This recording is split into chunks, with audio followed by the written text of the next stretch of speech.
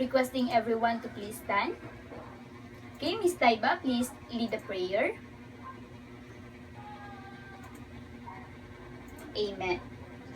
So before you take your seat, please pick up the pieces of paper around your or under your chair. Okay, are you done? Okay, very good. Class Bidel, who is absent for today. Okay, no one is absent, so very good. Please maintain that good performance.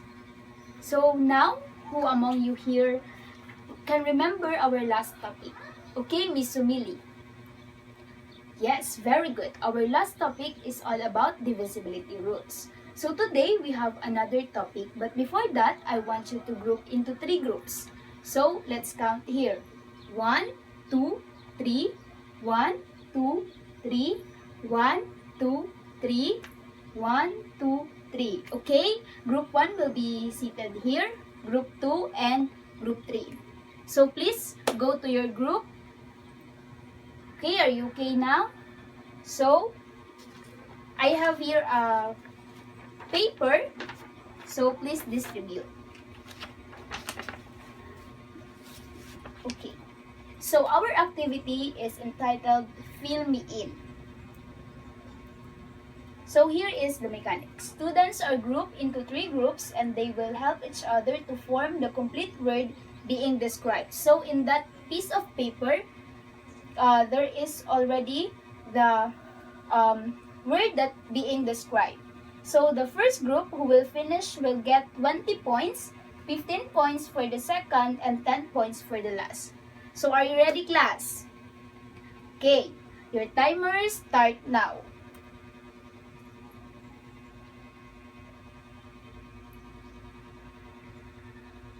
Okay, very good, Group 2. Group 2 is already done. We will wait for the other groups. Okay, Group 3, very good. And the last group is Group 1. Okay, so please exchange your paper, Group 1 and Group 2, and then Group 3 and, okay? Are you done? So let's answer the question. So number 1, who wants to volunteer? Yes, Miss Sande. Okay, let's check if her answer is correct. So it is a method of distributing a group of things into equal parts. So the answer is, okay, very good, division. Number 2, okay, Mr. Glenn.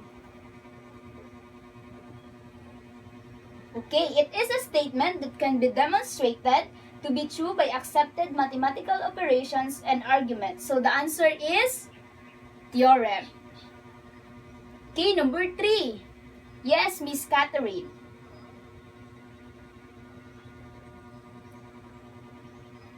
Okay, thank you, Miss Catherine. So it is a systematic procedure that produces in a finite number of steps the answer to a question or the solution of a problem.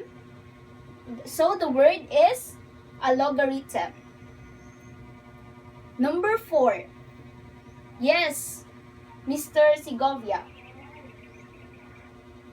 Okay, thank you, Mr. Segovia. So it is the remainder after dividing one number by another. So the answer is modulo. Okay, number 5. Yes, Miss Aegis. Okay, it is a branch of mathematics that consists of the study of numbers, especially concerning the properties of the traditional operations on them. So the answer is arithmetic. Okay? So, who got 5?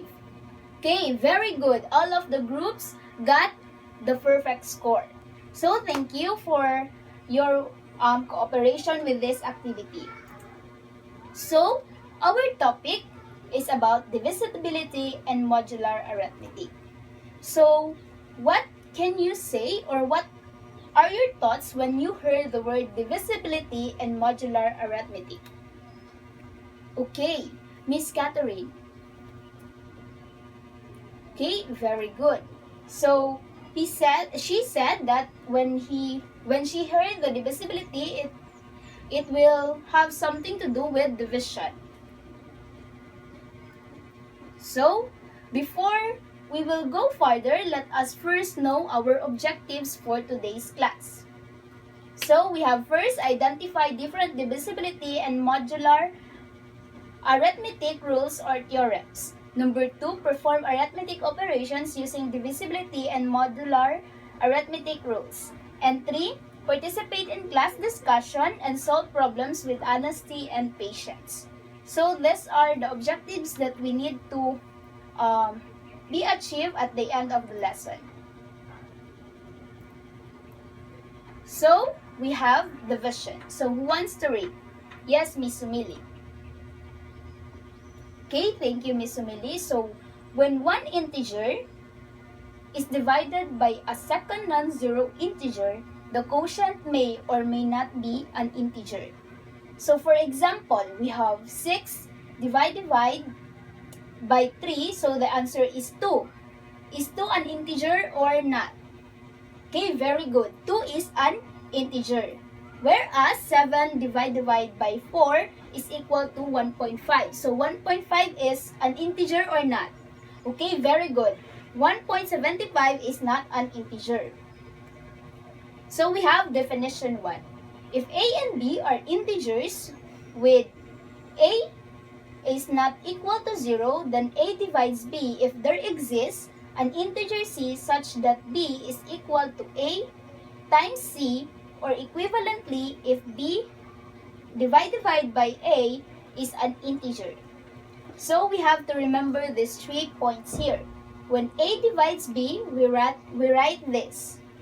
So we write this, A divide B. Okay, we say that A is a factor or divisor of B and B is a multiple of A. So if A divides B, then B divides A is an integer, namely the C above. If A does not divide B, we write this.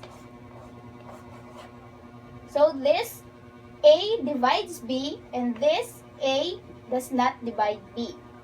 So we have here example 1. Determine whether 2 divides 9 and whether 2 divides 10. So we have first 2 divides 9. We have 9 divides 2. So the answer is 4.5. So 4.5 is not an integer. So we can say that 2 does not divide 9. Okay? The other one is 2 divides 10.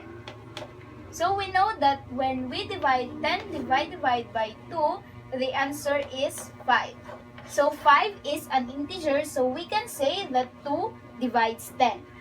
So another example. Determine whether 4 divides 12 and whether 3 divides 11. So let's see. So we have first 4 divided by 12. Okay. So we know that when we divide 12 divided by 4, the answer is 3. And 3 is an integer or not? So 3 is an integer, so we can say that 4 divides 12. The other one is 3 divides 11. So when we divide 11 divided by 3, the answer is 0.27. So 0.27 is not an integer. Okay, so we can say that 3 does not divide 11. So, can you give another example? Yes, Mr. Segovia. Okay, very good. 5 divides 15. Because when 15 is divided by 5, so the answer is 3. And 3 is an integer. So, another example.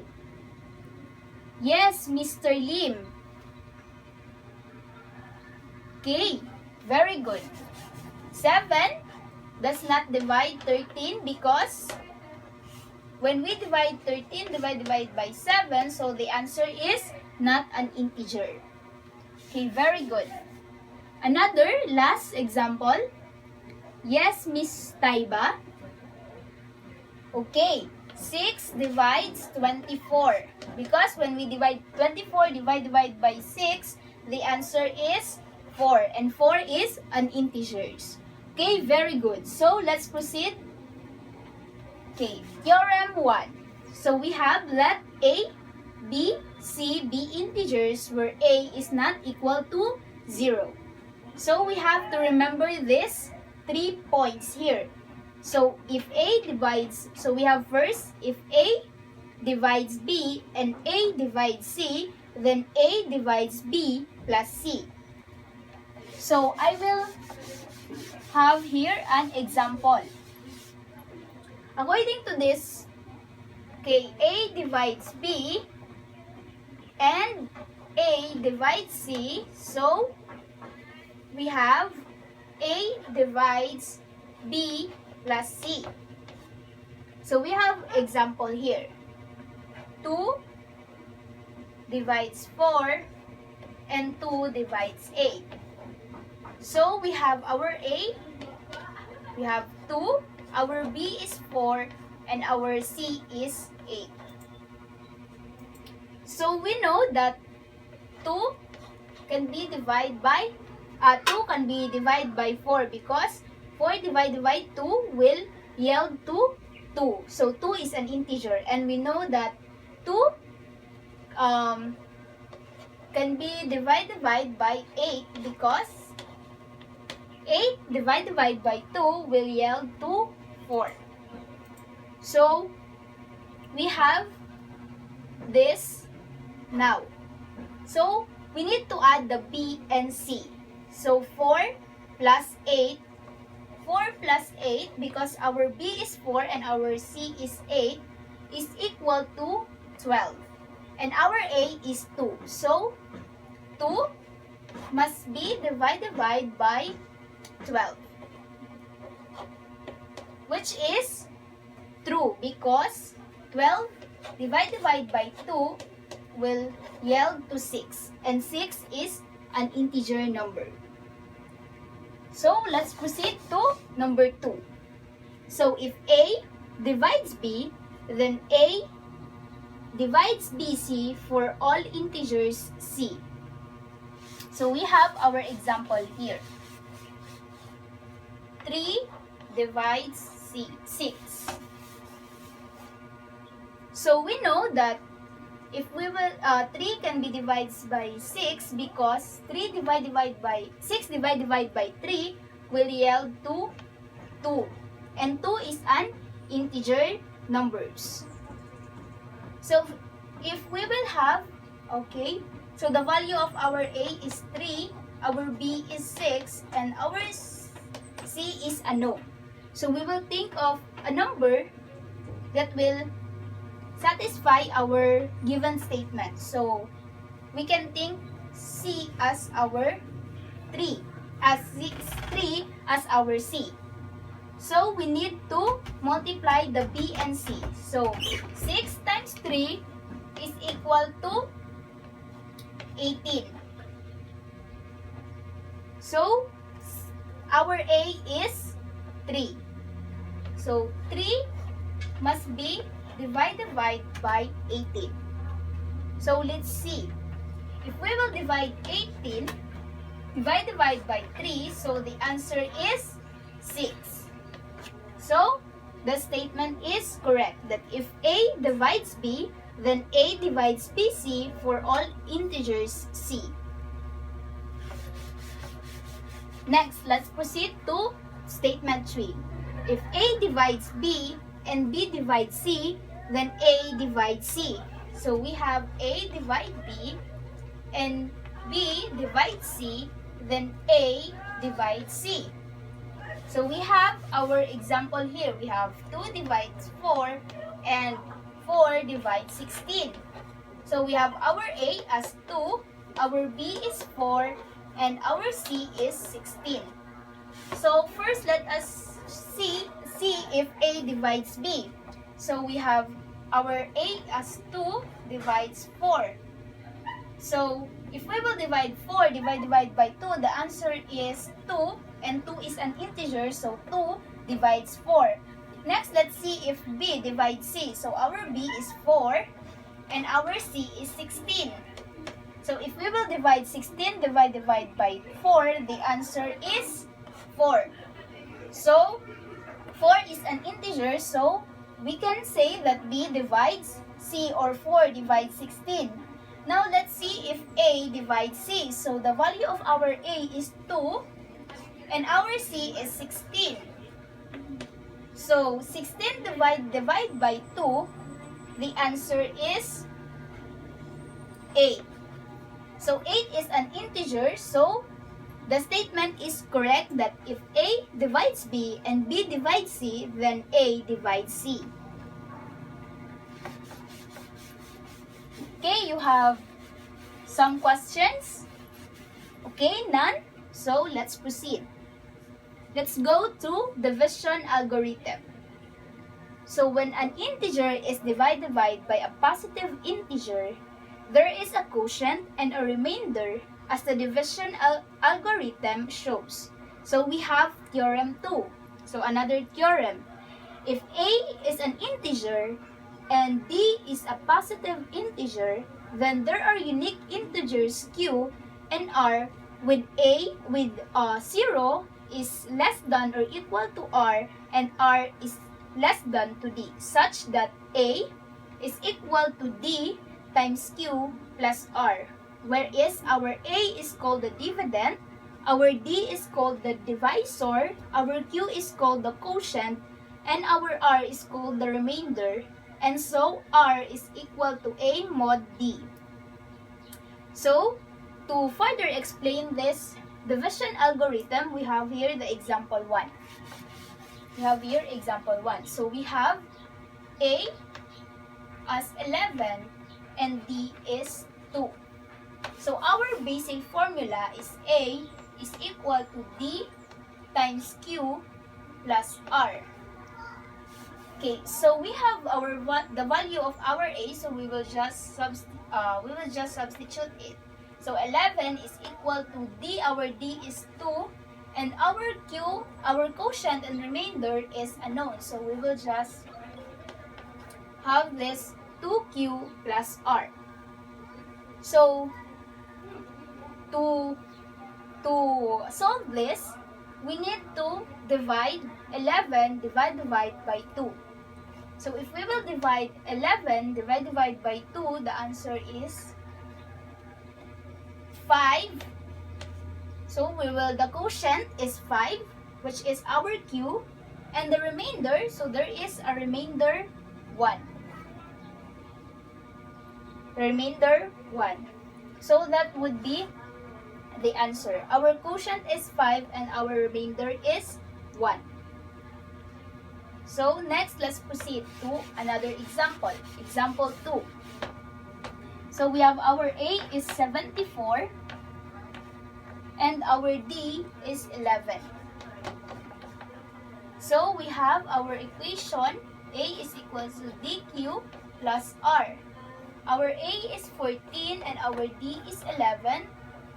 The quotient and our remainder is unknown. So if we will divide 14 divide by 11, so the answer is 6, and there is a remainder 8.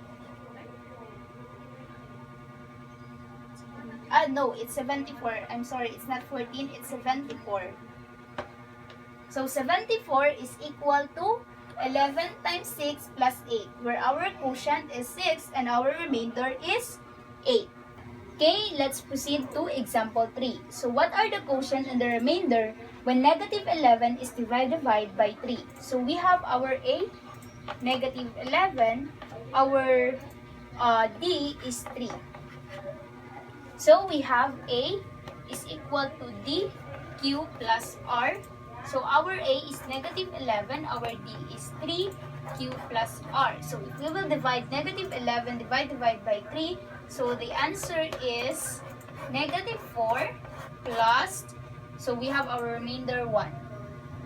So here we have negative 11 is equal to 3 times negative 4 plus 1, where our Q is negative 4, our quotient, and our remainder is 1. So you have questions? Okay, none. So let's proceed with definition 2. So in definition 2, in the equality given in the division algorithm, D is called our divisor, and A is called our dividend, Q is our quotient, and R is called our remainder. This notation is used to express the quotient and remainder such that Q is equal to A def to D, and R is equal to A mod D. So quotient can also be expressed as Q, which is our quotient, A def D, and our remainder can also be expressed as A mod D. So we have example. What are the quotient and the remainder when 11 is divided by 2? A is 11, our D is 2. So if we will divide 11 divided by 2, the answer is 5 plus 1. So we know that our quotient is 5 and our remainder is 1. So we will express our quotient like this. Quotient is equal to A def D. So our quotient is 5 is equal to, so our A is 2, def, our D is 2. So 5, our quotient, this is our quotient, can also be expressed as 5 is equal to, our A rather is 11, K is equal to 11 def 2. And our remainder, so our remainder we know that it is 1. Okay, our A is 11, K mod, our D is 2. So our remainder can also be expressed as 1 is equal to 11 mod 2. So that is our remainder. Okay, another example. So we have, what are the quotient and remainder when negative 11 is divided by 3? So negative 11. So we know that our A is negative 11. Our D is 3. So if we will divide this negative 11 and 3, divided by 3, so the answer is negative 4 plus 1. So our quotient is negative 4 and can be expressed as negative 4 is equal to, our A is negative 11 and def, our D is 3. So negative 11 def 3. So that is our quotient. And our remainder is 1 and can be expressed 1 is equal to, our A is negative 11 mod, our D is 3. So that is our remainder. So you have any questions? Okay, none. So now it's time for you to also work with finding the quotient and the remainder using the division algorithm. So we have 19 is divided by 7, 3 is divided by 5, and 4 is divided by 1. So who wants to try on board to answer letter A? Okay, yes, Mr. Segovia. Letter B? Yes, Miss Sumili. Letter C? Okay, Sunday. Okay, the other, so you can try to solve this at your seats. Let's check if their answer is correct. So, thank you very much. Please take your seat. So, we have letter A, 19 is divided by 7. So, we know that 19 is equal to 7. If we will divide 19 divided by 7, the answer is 2 plus 5. So, we have 2 as our quotient and 5 as our remainder. So, our quotient can also be expressed as 2 is equal to 19. Our A, 19 def 7, which is our D. And then our remainder can also be expressed as 5 is equal to 19 mod 7. So, letter A is correct. So, let's clap our hands for Mr. Segovia. Okay, let's proceed to letter B. 3 is divided by 5. So, 3 if we will divide 3 divide by 5, the answer is 0 plus 3, which is 0 is our quotient and 3 is our remainder. And our quotient can also be expressed as 3 div 5, and 3, our remainder can also be expressed as 3 is equal to 3 mod 5. So Millie is also correct. Okay, let's proceed to letter C. 4 is divided by 1. So 4 is equal to 1 times 4 plus 0. So our quotient can also be expressed as 4 is equal to 1 times 4 plus 0, and our remainder is 0, so 4 mod 1. So Miss Sandy is also correct.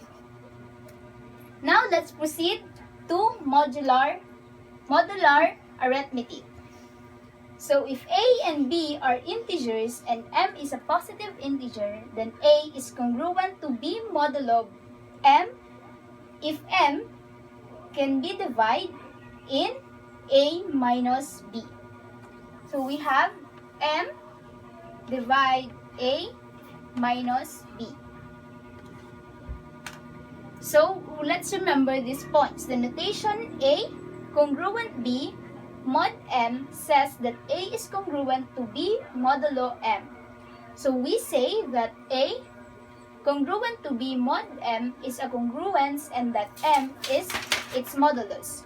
So two integers are congruent mod M if and only if they have the same remainder when divided by M. So if A is not congruent to B modulo M, we write this. So A is congruent to B mod M. So if it is not congruent, we write A is not congruent to B mod M. So we have our example. So A is 5, B is A is 7 rather, B is 5, and M is 2. So to write this, we have 7 is congruent to our B is 5 mod our M is 2. So we remember this rule that M must divide A minus B. So our M is 2. 2 divides 7 minus 5. So that is how we are going to write the quantity in modular arithmetic. So now let's proceed to theorem 3. Let A and B integers and let M be a positive integer, then A congruent B mod M if and only if A mod M is equal to B mod M. So we have a example. Determine whether 17 is congruent to 5 modulo 6. So we will determine 17 is congruent to 5 mod 6. So to check if they are congruent, so we have M must be divided by A minus B. So the value of our M is 6, divide our A is 17 minus 5. So 17 minus 5 is equal to 12. So 6 divides 12 because if we will divide 12 divided by 6, the answer is 2, and 2 is an integer number. So we can conclude that 17 is congruent to 5 mod 6. Another example. We have determined whether 24 and 14 are congruent to modulo 6. So we have 24 is congruent to 14 mod 6. So we have our M is 6 is divided by our A 24 minus our B is 14. So 6 divides 10. We know that 6 is not does not divide 10 because the answer is not an integer. So we can say that 24 is not congruent to 14 mod 6. Okay, did you understand, class? Okay, so now it's time for you to work. On board? So who wants to? Okay, let's read first. Decide whether each of these integers is congruent to 3 modulo 7. So use the modular arithmetic. So we have negative 29, 103, and negative 17. So who wants to try to answer on board? Letter A. Yes, Miss Taiba. Letter B. Yes, Miss Lim. Letter C. Yes, Miss Catherine. Okay, the others will work on your seat.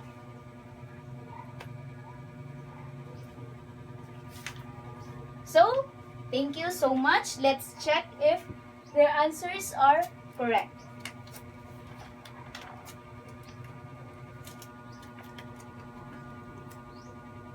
So, we have negative 29 is congruent to 5 mod 7.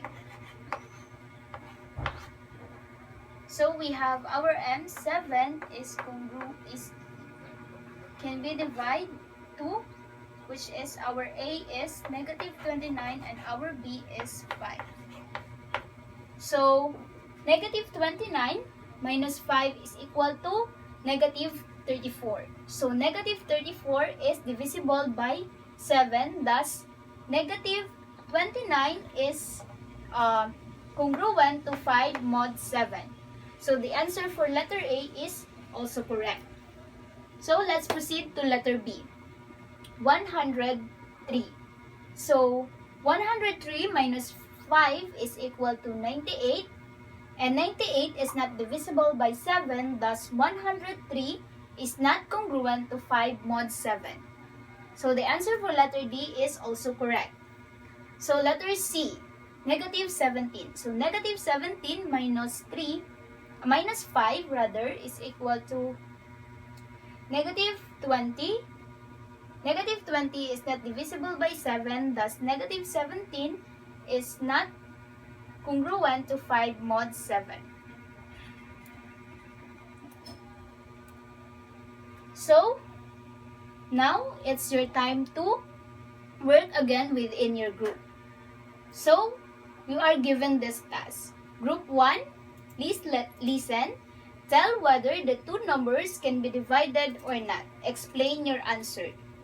So we have, okay,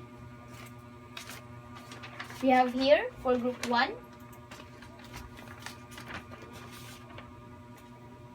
Okay, group 2, find the quotient and the remainder of the following numbers by applying the division of algorithm. So, here is your copy. And then group 3, decide whether each of these integers are congruent to 5 modulo 17. Use the modular arithmetic. Okay, that is your copy. So, I will give you 10 minutes to work on that. And afterwards, you need to explain it here in front. So, your timer starts now.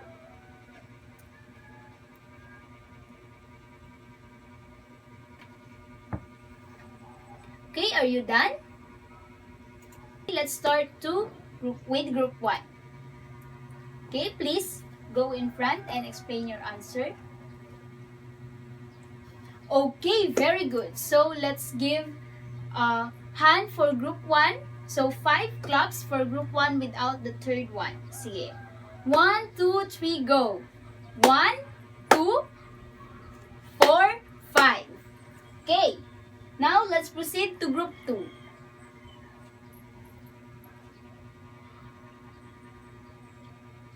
Okay, very good, group 2. So, let's give them a Janisha clap. Okay, are you ready? Okay. 1, 2, 3. 1, 2, 3. Very good, very good, very good. Okay, let's proceed to group 3.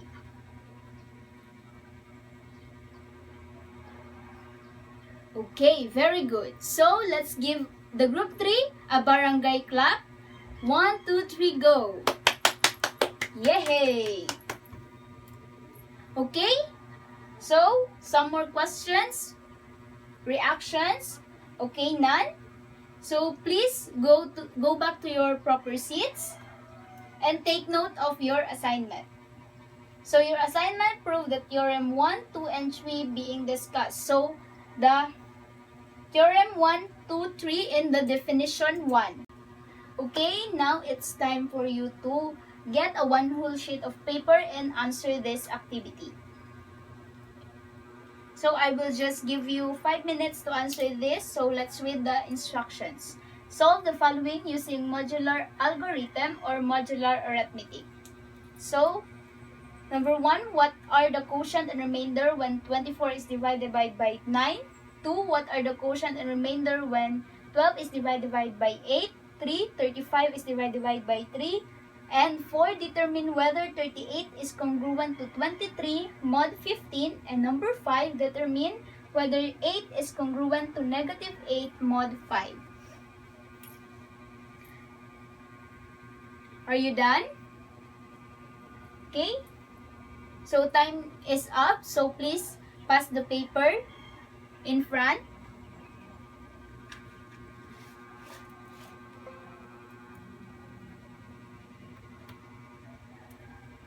Okay, so please stand up. Goodbye, class. Thank you for your participation.